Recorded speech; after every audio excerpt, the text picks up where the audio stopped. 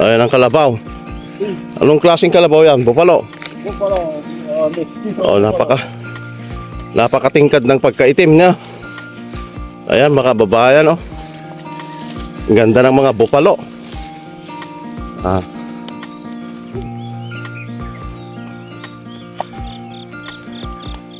Katatapos lang nila maligo. Yan, every night kasi yan ang sinusugan nila every night itong mga to. Kababayan.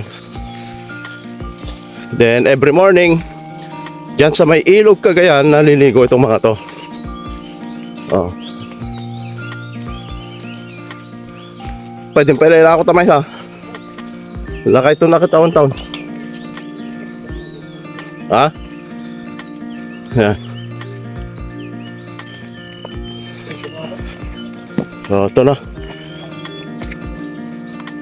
Ang gaganda. So, dito lang tinatali. Oo. Yan. Ang laking mga kalabaw, oh. Oh.